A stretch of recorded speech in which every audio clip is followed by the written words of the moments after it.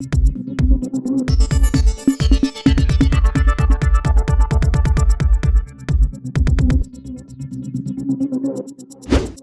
News Maharashtra बातमीचे वास्तववादी विश्लेषण.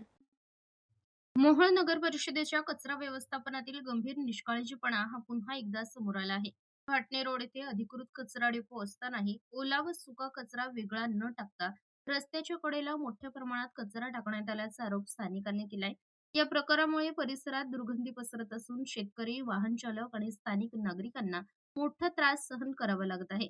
अधिकृत डेपो असतानाही नियमांचे उल्लंघन करून रस्त्यालगत कचरा का टाकण्यात आला, असा सवाल नागरिक उपस्थित करत आहेत. या प्रकरणाची तात्काळ चौकशी करून संबंधित ठेकेदारावर कारवाई होणार का? तसेच मोहोळ नगर परिषदेचे मुख्याधिकारी योगेश डोके यांच्याकडून जबाबदारांवर कठोर कारवाई केली जाणार का?